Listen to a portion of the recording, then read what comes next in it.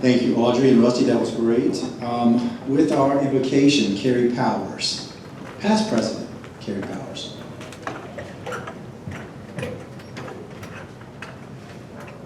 Let's pray. Lord, as we enjoy our fellowship, help us to remember how fortunate we are to be able to serve our brothers and sisters around the world through Rotary. That we are prosperous, help us to give of our material wealth. That we are free, enable us to work together on projects. That we are generous, help us to work together to accomplish amazing successes. And that we are dedicated, bring us together as an individual club to continue our efforts to serve our community. Guide us in your service, keep us well so we can serve, and bless those peoples around the world touched by our works so that they too can have the joy of fulfilling life. Full of good health and companionship in surroundings that are beneficial to all. Bless this food and the hands who prepared it so that we may continue to serve you. In Jesus' name, amen.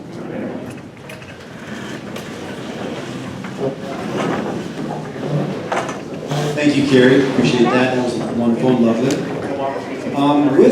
As a reminder, today is election day for our next board of directors that will serve under Catherine Davis's board.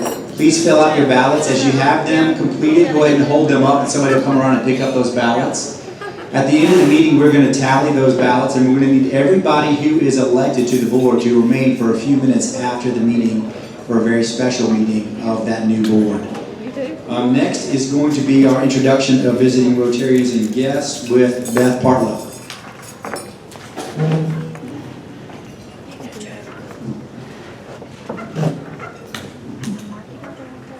Good afternoon. We have 3 visiting Rotarians. Congressman Joe Wilson from the Casey Club. Congressman Ralph Norman from the Rock Hill Club. And Alex Morris from the West Metro Club. And I don't have anybody listed as having a guest. Do we have anyone with a guest here? I think it's Gary Bright. Good thing to say I have Jim Perez, an old friend and co-worker.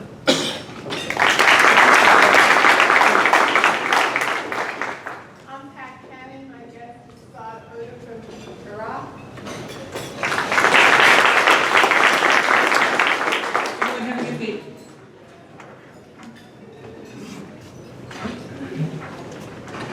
Thank you. We're glad to have all of you here with us today for our last meeting of the year. Very special. Next on the agenda is Health and Happiness with Wayne Cannon. Wayne?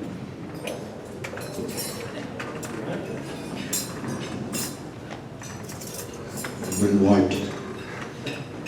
Okay. Merry Christmas to everybody. I hope y'all are ready for the holiday season here.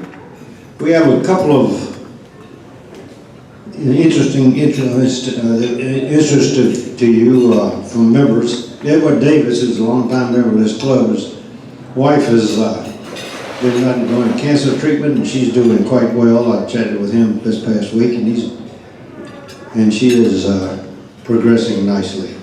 Also, Harry Jeffcoat informed me that he has changed banks, and he's going to be working with MZ Wilkins at Emeritus Bank. Congratulations to Harry. Very good. As we progress here, I looked up the history of Santa Claus, and it started, of course, with St. Nicholas way back, and he lived in the 300s. And so if you want to have a 30-minute look, you can Google it. It takes forever. But anyway, so I'm going to cliff note it real quick. Number one, they all started with St. Nick. He was a very rich man in the old days, and he donated his money, and that's how he got famous, helping people out, the poor people. Anyway, that's kind of where it started, but the modern day started in the 1800s when Clement Moore wrote Santa Claus, the night before Christmas. And he actually, we just wrote it for his kids.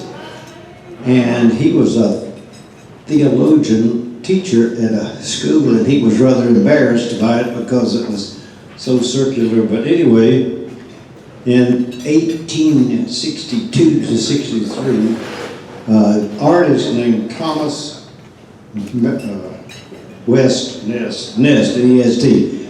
Thomas Nest actually drew, he was an artist, and he drew the concept for Christmas, Santa Claus, and it got picked up by the newspapers, which then attached the night before Christmas with it, and that's kind of how we got started with the modern day Christmas, Santa Claus, and the Santa Claus coming, and the reindeer. Of course, then Rudolph wasn't part of that group. He came later. All right, we have the card bucket. Don't forget that on the front, on your desk there. Please donate to that. You know, they notice that science has shown that the symptoms for Alzheimer's can occur as much as 10 to 20 years before it's actually diagnosed. I have you all know that my sister suffers from Alzheimer's, and we had to go visit her, didn't have. We went to visit her on Saturday. They're going to close down the Methodist Manor where she is in Florence, and they're closing it down for visitors until they get the shock. So hopefully that'll be soon. But I did have the opportunity to. She was has been awarded the selected for the Myrtle Beach Athletic Hall of Fame, and they had this ceremony back in October, and I had the opportunity of accepting an award for her, since they don't let people out of nursing homes anymore. But that was a great honor. She was quite the basketball player in her day, and she coached at Myrtle Beach High for 20 years. So she was selected in the Myrtle Beach Athletic Hall of Fame. Real quick, I know all that, if I didn't do something from what is now the Rotary magazine, I know you would all be disappointed. So, how many of you remember that after 107 years of it being calling the Rotarian, they changed the name of it? I bet you didn't even know this, Representative Wilson, did you? They changed the name of the magazine to Rotary. A couple of months ago. Why they did that? They had a nice long explanation, and after I wrote it, I still don't know why they did it. But anyway, for whatever it's worth. I'd like to read you the President's message, because I know most of you are not going to read it. It says, reasons to be optimistic about Rotary in the year ahead. We're not just surviving, we're gaining strength. We are discovering how resilient our organization truly is. We're seeing for ourselves how Rotary opens opportunities, even during pandemics, to grow, connect, and engage our members in the communities we serve. From our home in Roxburgh to yours, Suzanne and I would like to bid you and your family the warmest of season's greetings. We can't wait to see the good things that 2021 will bring. That was a nice optimistic viewpoint that we need some uplifting, and that was certainly uplifting. I think that's it. We got this. I've been reading a real interesting book. It's called Partisans of the Redcoats. As you all know, I'm kind of a history buff when it comes to South Carolina. And I knew South Carolina played a really, really important role in the search for our independence from England. But this book categorized it. We had 28 battles in South Carolina, and one that I'd never heard of, but it was the first battle that we won. It was called Hook Defeat, and most battles were named after the place that they were fought. But this battle was named after the British commander, Huck, who the partisans were able to defeat. And it was the first battle of the Revolutionary War here in South Carolina that we defeated the British, and it gave them the impetus to continue on. Quite a history for South Carolina. If you didn't know, if it hadn't been for South Carolina, we would still be under British rule, because we turned the tide in this state for the independence of this country. South Carolina beat them back and won. That's all. Have a great holiday. Merry Christmas, Happy New Year. We'll see you after the first of the year.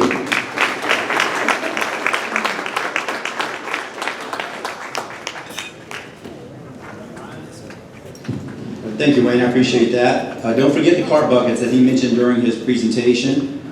We are going to cut off ballot voting, so if you have a ballot, please wave it, and Andrew, Past President Andrew Clarkson will come pick it up for you, because otherwise we're going to cut one. Here we go, Andrew, there's one over here. We're going to cut off voting and go ahead and tally those for you so we can have the results by the end. Please continue to eat, but wear your mask when we're finished. There is an ordinance. We need to have masks on when we're not eating or drinking. We want everybody here to feel comfortable. I want to remind everybody that not only do we have the cart buckets on the table, but we also have the baskets for the gifts for Seawell's employees. Seawell's is not going to be able to give Christmas bonuses, so they're relying on us to make a contribution. We don't have a basket up here. Billy, Canty, will you come and share your basket? I'm going to put in some contribution. I'm going to actually put some in myself, because we don't have one here. But please give generously to the employees of Seawell's. They serve us throughout the year. This is the one time that we get a chance to give back to them and help them for Christmas this year. Yeah, I think everybody should have a basket on the table. We just didn't have one here at the head table. Thank you. Y'all are able to give checks to Seawell's if you want to mail one in this week. It's in the newsletter from Cynthia. And y'all, please give generously. Now, for a special presentation, I want to call up Past President Rusty DePass.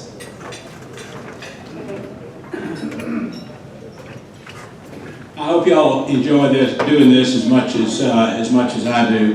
One of my favorite memories of this club is singing the 12 Days of Christmas when we had the Dunbar table down here with all the old men, and they were singing. They were just belting out 5 golden rings. So for those of you who may not know, the 12 Days of Christmas is thought to have been a carol that became a catechism song for Roman Catholics in England during the time when Roman Catholicism was outlawed. And the partridge in a pear tree supposedly stands for Jesus Christ. The 2 turtle doves are the Old and New Testament. The 3 French hens are the 3 virtues of faith, hope, and charity. The 4 calling birds are the 4 Gospels. The 5 golden rings are the first 5 books of the Old Testament. 6 geese a-laying are the 6 days of creation. The 7 swans a-swimming are the 7 gifts of the Holy Spirit. The 8 maids a-milking are the 8 Beatitudes. The 9 ladies dancing are the 9 fruits of the Holy Spirit. The 10 lords a-leaping are the 10 commandments. 11 pipers piping are the 11 faithful disciples. And the 12 drummers drumming are the 12 points of belief in the Apostles' Creed. Now, that may or may not be so, but I thought it was interesting. Now, on your table, you should have a list of all of these items that are in the 12 Days of Christmas.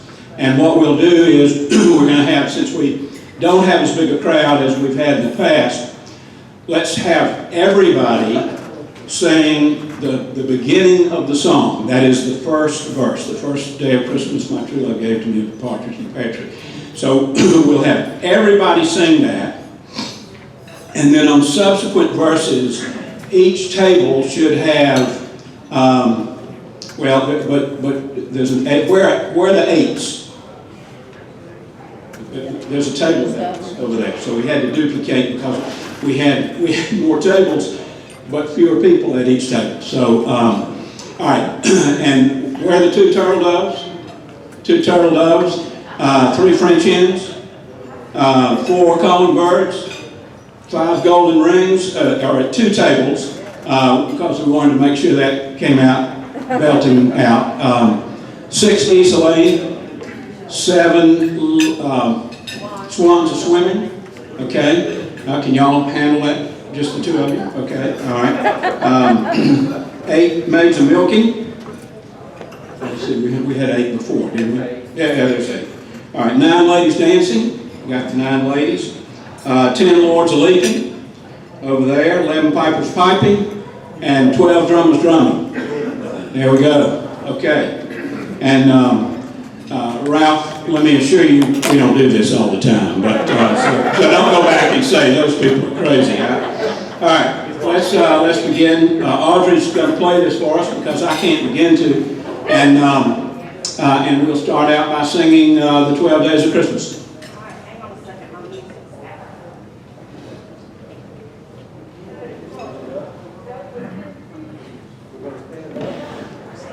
Yeah. Oh, by the way, yeah. When your number comes up, everybody stands up in order to say what they're giving on the 2 turtle and up and down, up and down.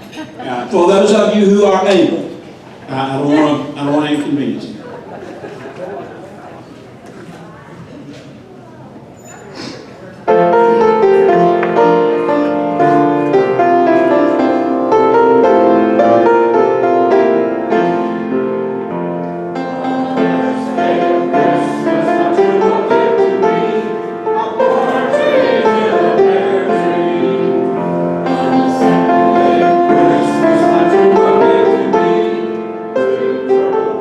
Christmas,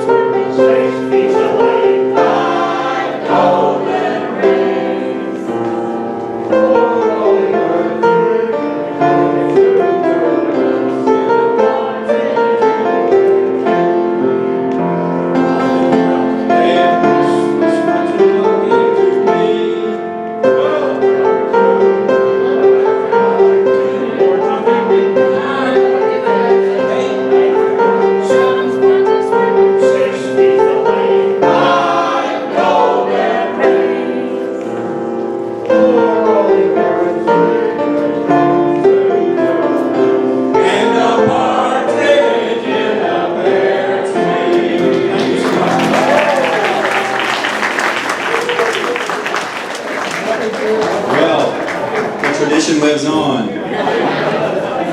Thank you, Rusty and Audrey. Appreciate that. Remember to wear your masks. I want to remind everybody of that. We're going to have a quick special presentation. I'm going to ask Margaret Clarkson to come up here, please, briefly.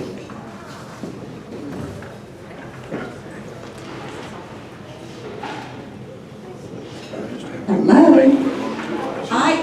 Our club is really committed to service, and I just want to give a big shout out to someone who's organized all the bell ringers, and I have just a wonderful special thing, and I'd like to ask Andy Shane to come up, please. I have his own very special designer red apron. I want you to adore him. Yes.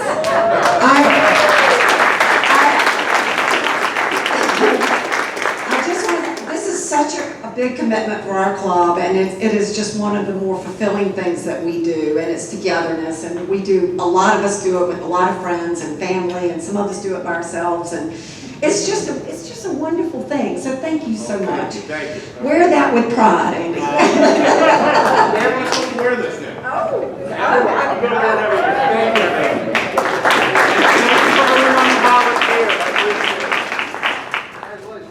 Thank you, Margaret. We appreciate that. And Andy, thank you for all that you did this year. It goes through Thursday. Billy Cates and I were there, greetings this past Friday. We had a great time. Fridays are always fun in front of the liquor store. So anyway, we saw a lot of people that we knew. And it was great. Please continue to support the Salvation Army and all that they do throughout the year and this holiday season. Y'all have received your fourth quarter invoices. I have the list of the accounts receivable, and it's quite large. Some of the people in this room are on it, so do pay your bills as soon as you can, please. We are going to, should I go ahead and announce the winners of, well, yeah, I'll go ahead and announce them so you all can make plans to be here after the meeting. These people have been elected to the Board of Trustees starting next summer, so July 1st. But we do need you to remain after this meeting briefly. Right up here, this table has not been used, we'll be here. So y'all need to congratulate, when we get finished, we'll congratulate all these people who have been elected to the board.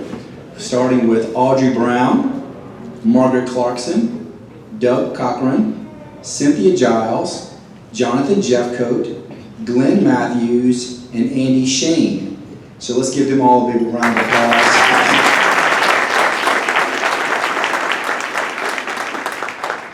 We will need all of y'all to remain after the meeting for a quick vote. We'll be voting on who will be the president-elect nominee, which will actually be the president in 2023-24, if you can imagine that. That's correct. Thank you all for being willing to serve, and everybody who put your name on the ballot. Membership is essential to our goals. We will have a Discover Rotary meeting on the next meeting, which our next meeting is January 4th, the very first Monday of 2021. We are going to have a Discover Rotary meeting, and we are going to have a meeting. I'll let Catherine Davis let us know who that person is at the end of the meeting, unless you want to announce it now. But we have a special presentation, and I think it's going to be a great speaker. Do you want to announce that now, Catherine? I'm happy to. Please, that would be good. We will have State Superintendent Molly Spearman. So the Superintendent of Education for the state of South Carolina will be our speaker on January 4th. Molly Spearman will be here. So be here, bring a guest, and bring prospective members for Discover Rotary. We appreciate that. As a reminder, Rotary International Foundation, we have special club matching points. If you all can give a check between now and January 8th, you will get matching points from our club, and we're going to match points up until 10,000 points have been distributed, so it's first come, first served. Doesn't matter the amount. You can give $25 or $2,500. When the 10,000 points are over, then the points are over from our club. However, at the same time, the district is going to match points for all checks between, all contributions between $100 and $500. So you can get a lot of points for your Paul Harris Fellow and those point system by making a contribution between now and January 8th. Get them while they're good. I think that's about it. We are going to have our main speaker now. I'm dying to know, though, from our congressmen that are here, Ralph and Joe, do y'all know when y'all are going to get the vaccine? Because I think that congressmen in Washington. Y'all don't know yet? Okay, I hope you get it this week, you know. They may not give it to you until you pass the stimulus package, I don't know. The healthcare providers. Healthcare providers first before, for you all. And nursing homes. And nursing home, before the Congress. Okay, that's fine. All right, I was curious. Okay, we'll get on with the meeting and our main speaker. To introduce our speaker, we have Glenn Matthews, who's going to give our introduction. Thank you so much.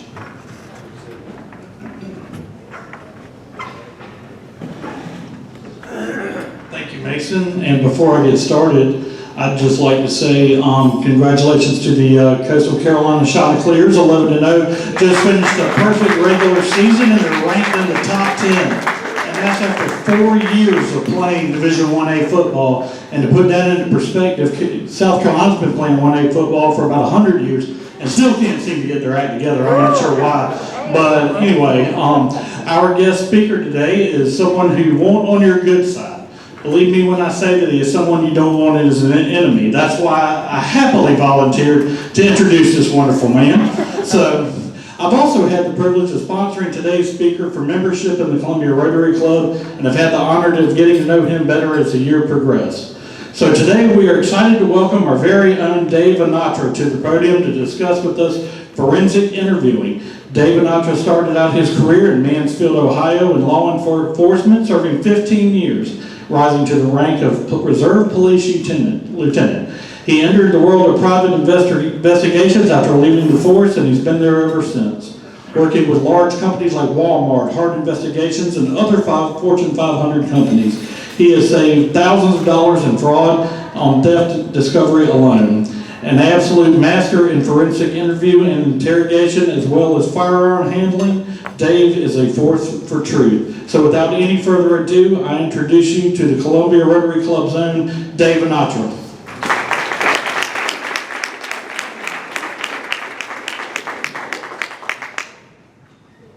Thank you, Glenn. That kind of introduction, I'll just take a step down and say thank you very much. This is very unique. One of the things when I first started this kind of training, there was just one little phrase that got me started, and that's by Groucho Marx. There is one way to find out if a man is honest. Ask him. Of course, Groucho Marx's reply is, if he says, yes, I'm honest, he's a liar. The company I work for, with Stillinger Investigations, let me just give you a brief background of us. Our agency, we have 7 to 8 full-time investigators. We cover a wide gamut of investigations, anything from the standard PI adultery, we have computer forensics, cell phone forensics. I myself, I pretty much specialize in theft, criminal, and I conduct any kind of investigation that can cause a loss to a company or an individual. Some of these losses, we have companies come to us that they need to present this loss to their insurance because they need to recover these losses, recoup them via insurance. However, if we can prove a criminal element, they would like to move forward with that as well. But there is not always that intent. Obviously, the financial bottom line of a company is a lot greater than the typical I'll do anything to get my man type routine. So with myself being, I spent many years in law enforcement. I spent many years conducting internal theft investigations, employee theft, dishonesty, workplace violence for Fortune 100, 500 companies. Somebody asked me, they said, with all those years you spent in law enforcement, why do you want to now work handling criminal defense? And I said, well, really, I said, nothing has changed. Back when Moby Dick was a minnow in Ohio, when you were 19, 18 technically, you could have been a law enforcement agent. So I joined law enforcement when I was 19. My dad had to buy my gun because I wasn't even old enough to buy my own gun. One of the things I did is I took an oath. And that was basically to support the Constitution and defend the rights of all of us. Some people say, well, this individual violated my rights or your rights or a loved one's rights. Why should we let them have their rights? I understand. That's emotion kicks in. However, if any of us had a loved one that kind of went off the deep end or did something that wasn't exactly in accordance with the law, we would want to make sure that they get a fair and honest trial. And that's the thing. That's kind of where I come into play. And I tell folks, if somebody did something, if they committed a crime, and it is as egregious as what they say it is, the truth comes out. Or at least we hope that the truth comes out. And that's one of the things that we want to focus on is that the investigation's done thoroughly, it's done properly, the I's are dotted, the T's are crossed. I know when I conduct any kind of investigation, I want to make sure that I looked at every facet of what I had to go look at. I could very easily taint my investigation to get the outcome that maybe my client desires, but the client wants everything. They don't want a partial truth. And if I give them the complete truth, I let them make the decision versus me making the decision for them. So, give you some statistics. Approximately 29% of DNA exonerations in the United States since 1989 have involved false confessions to a crime. A combination of factors could cause an innocent person to confess to a crime they did not commit. One of the common law enforcement interview or interrogation, and we'll get to a breakdown here what the difference is between an interview and an interrogation. It does not require bright lights and rubber hoses and all the traditional that we've heard in the past. But there was John Reed who developed what was called the Reed technique. And this technique really was kind of an aggressive in-your-face. I come in, I'm going to accuse you from the offset, and you develop an adversarial relationship. Well, the problem with that is when you have an adversarial relationship, a person is immediately on the defensive. That's human nature, fight or flight. Sometimes it gets to the point that we are misunderstood, or that the person that's conducting the interview has a laser focus, because it becomes a we versus them. And this was developed back in the 70s. And some of the issues that we can run into, like I said, is incorrect application. We all know anything we do every day, if we do it the way we're supposed to do it, we're going to have the best results. So basically, what's forensic interviewing, which is my main topic today? Well, let's clarify the difference between an interrogation and an interview. I tell people an interview is just a general conversation. We sit down, we have a conversation. I've got an agenda that I need to make sure that I get the issues addressed, but it's done in a non-confrontational manner. However, an interrogation is when you're trying to obtain a statement or admission against the individual. And a lot of that you have your interests or the interest of the individual you're working for. So really there's 3 or 4 ways to conduct an interview. The first one is the old TV, the good guy, bad guy routine. Guy comes in, he's as nice as pie, goes, man, you know what, old Joe, he comes in here, he's not a happy camper. He's going to come in here and I don't know what he's going to do. And, he's very hard-nosed about everything. So that I leave, Joe comes in, he's Mr. Hard-Nosed to you, then I turn around and come back in, I'm Mr. Nice Guy. Well, guess what? What happens to that is coercion. You can have a coerced confession because this person felt threatened. The other way is a factual approach. Hey, listen, you know what? We've got A, B, C, and D. There's no doubt about it. There's no question about it. Sign your name on this piece of paper and we can be out of here in 10 minutes. Then there's the emotional approach, where I sit down and, you know, I basically say, this is the reason why this happened, and I tug at your heartstrings.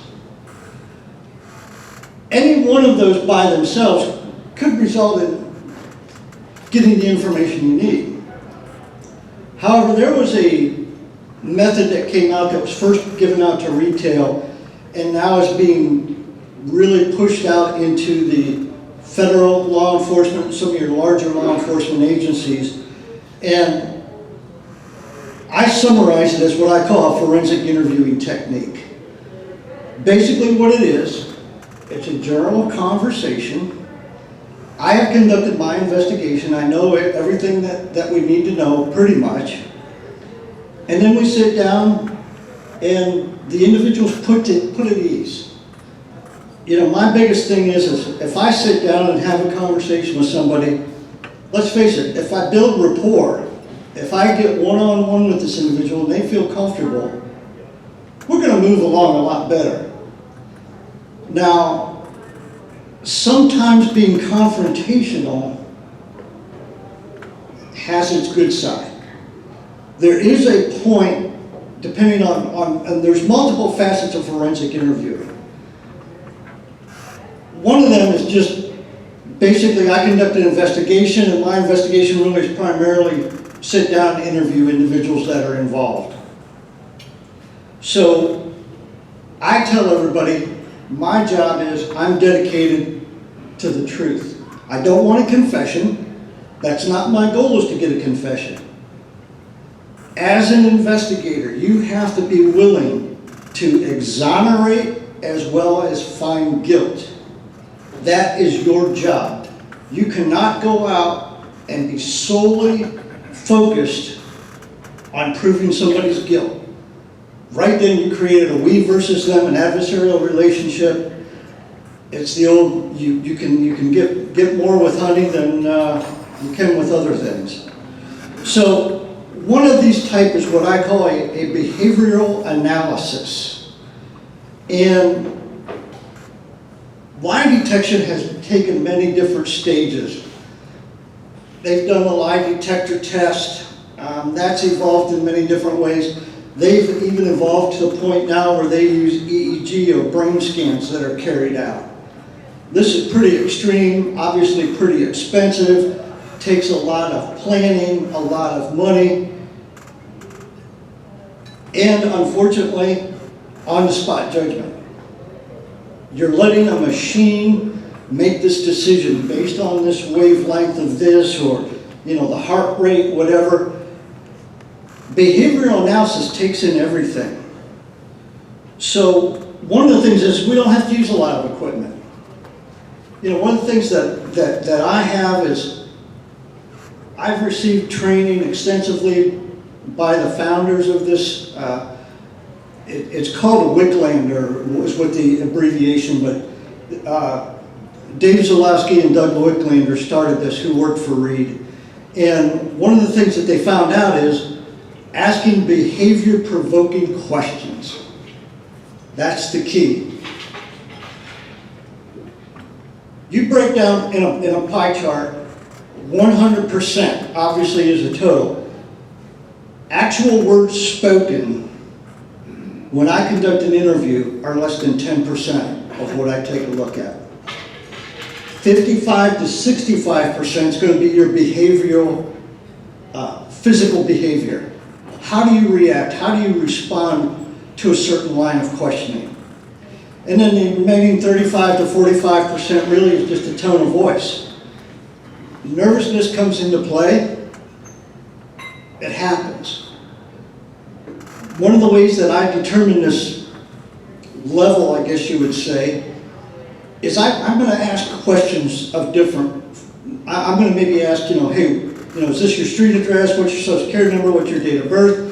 And I'm going to probably throw in one or two questions that I know you're going to be able to answer to me truthfully, but maybe it's going to require a little bit of thought. I'll say, well, what year was your spouse born, or your youngest child? What's his name again? What year was he born? What hospital? It's facts that I know, but I'm going to see what's your behavior when you have to stop to think. Is it going to be recall, or are you going to have to make up something? So I'm going to kind of go over a series of questions I had developed for a case. I'm not going to say who they are, even though they're not here in this area, but they were along the, we'll just say down the Myrtle Beach area. And they had a huge amount of inventory as well as money come up missing. They had a general suspect. However, due to the fact that there was multiple people involved or that could be involved, they wanted to be able to see the whole scope of what's going on in their businesses, in their different locations. So I ended up spending like 3 days between up and down the coast asking these same 16 questions to individuals. These are designed to get a specific response. Now I'm going to go down and kind of read you these questions, and I'll be referring back to them. So, obviously you're not going to necessarily recall all the details, but you'll see where this questioning, where it goes. And one of the first things I start out with is a purpose. All these individuals know that they're going to sit down and have a conversation or an interview with me. Very pleasant. I introduce myself. I make sure there's no doubt about who I am and what I do. And I ask them, what's your understanding of the interview? Do you know why I'm here? Then I go into some kind of a history as to why we're here. One of the things for instance, the very first question I may ask right out of the chute is what I call the shock factor. In this case, all these are going to be talking about money. I'll say, well, did you take the money? They're going to either be totally shocked, and based on that shock level, I'm going to use that as my gauge to follow up with other questions. So then I'm going to say, what's your knowledge of this? Do you know who could have taken the money? Or do you know who actually did take the money? Suspicion. Who do you suspect could have taken the money? Is there anybody you can vouch for other than yourself that you're certain did not take the money? Credibility. Do you think that somebody actually did purposely take this money? Opportunity. Who would have the best opportunity to take the money if they wanted to? Attitude. How do you feel about being interviewed about the missing money? An innocent person may be upset. They might be irate. But I can tell you, a guilty person, a lot of times, they're going to show maybe a little more emotion. Was it Shakespeare said, "Thou protestest too much"? Attitude. How do you feel about being interviewed about this money that's missing? And have you ever just thought about doing something like taking money from a wallet that's just laying around? The motive. Who do you think took this? Why do you think they took this? What's their motive? Punishment? What do you think should happen to this individual? I can tell you that question 11, the punishment, what do you think should happen to the person who took the money? I'm going to say the person who is trying to show their innocence with that, but they don't want to admit it, they're going to say they see a chance for an out. Well, what they did was wrong, but I think they should be given a second chance, or maybe we should look into why it happened. And then again, a second chance. Objections. So tell me, what would keep you from taking the money? Oh, well, that's against the law. I don't know why anybody would take it. Again, This is where what they say. They didn't automatically vouch for themselves. They just said, well, it's against the law. So they made a general statement, not a personal statement. I asked them a specific question specifically addressing that individual. Then I would say, our investigation, after we completed it, what do you think the respect of your involvement is going to be? What do you think we're going to find out? Are you going to be involved in this in any way? What about telling loved ones? Have you told your wife, your significant other, anybody close to you about this investigation and that we were going to have this conversation today? And then this is one that we call it the bait, the hook. And you can only use this, well, let me back up for a minute. When you're conducting these interviews, there is one golden rule of thumb that cannot be violated. You cannot, you will not, you shall not, never, ever, ever lie to the individual you're interviewing. You need to set that base. One thing that I tell them right out of the chute, if you're truthful with me, you will have my 100% cooperation. If I find out that you're lying to me, that may not fare as well for you. And of course, I know that there's going to be a chance for them because they feel to save face. They may, it's the fight or flight. I call it a knee-jerk reaction.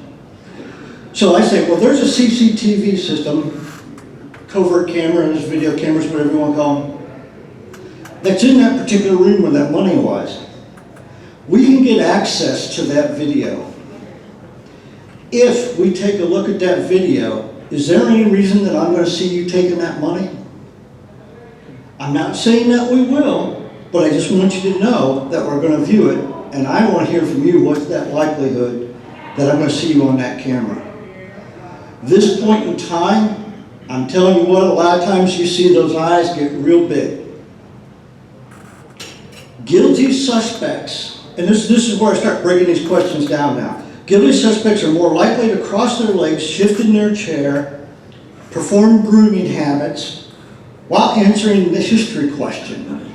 And to give you the recollections, what that is, that's the history as to, did you take the money? Oh, geez. No, I don't know what you're talking about. We as humans are people of nature. We have natural habits. We do things that we don't even think about.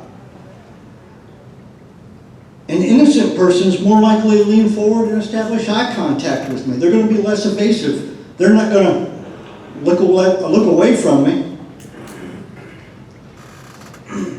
Now, when I ask them what their knowledge level is, do you know who took the money? Guilty suspects are more likely to answer, boom, real quick. Their answers will sound less sincere. They're going to say, no. A lot of times, again, what did they say? Is it what they said that really mattered? No. Maybe it's the fashion they said it.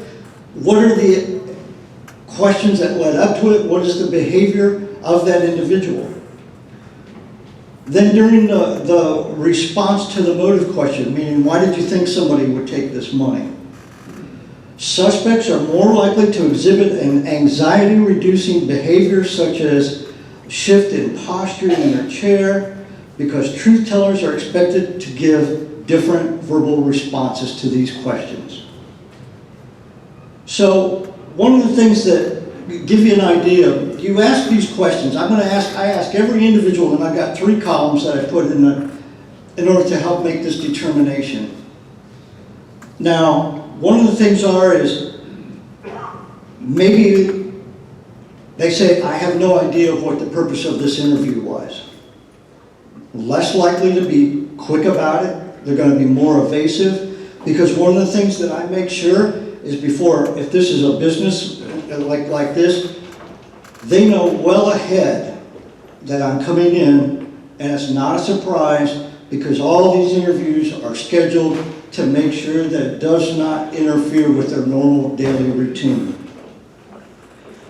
So, you know, like one of the questions, did you do it? Well, why would I do something like that? Again, evasive. They're not being direct. Somebody's also more likely to deny who the culprit is. More and more people are going to name someone who they suspect versus who they know is innocent. Why? Because they want to get it off their chest. They want to say, yeah, somebody's guilty. It isn't me. It's Jimmy John over here. He's the one that did it.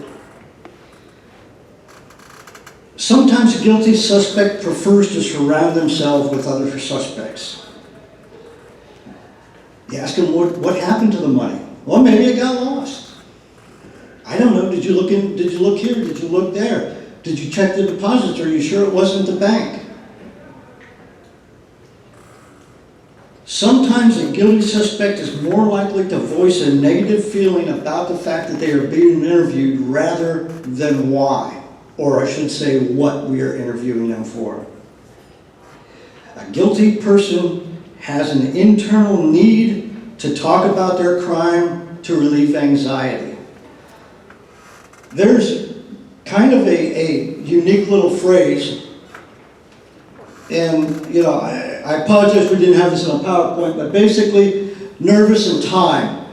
As time goes on, the guilty person becomes more nervous, the innocent person becomes less nervous. They feel more comfortable. This is something we could go on and on and on. I just, you know, obviously touched it at a very high level. We're running short on time already. If anybody has questions, wants to know more about it, I mean, this is a topic that I will tell you, forensic interviewing is really 95% psychology. It's really the mental understanding of human nature. So if anybody wants to talk about any of this afterwards, you know, I'm going to be here. If anybody wants to ask about some of the things that we do as private investigators, I can tell you we see it all, we've done it all. I've even been to houses when I went to interview somebody. This person knew I was coming, and they actually had a tripwire set across their front step, knowing that I was going to have to walk up to their front step.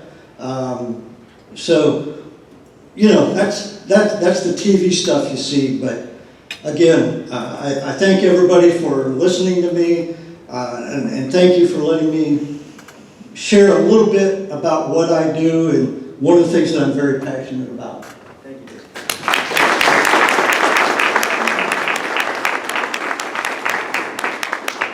Dave, I appreciate that and respect everything you do. I got two questions though. Did you catch the guy? Oh, of course, okay, gotcha. And does it work on kids? I'm sure it does. Be very careful using it on children. You Okay. may find out something you don't want to know. Use the rubber hose. That's when you use the rubber hose. I didn't say that. Okay. Thank you for your service, Dave. Thank you, Dave. We do have a thank you from the Columbia Rotary Club, a little thank you pen, and I'll wipe it down for you. No fingerprints.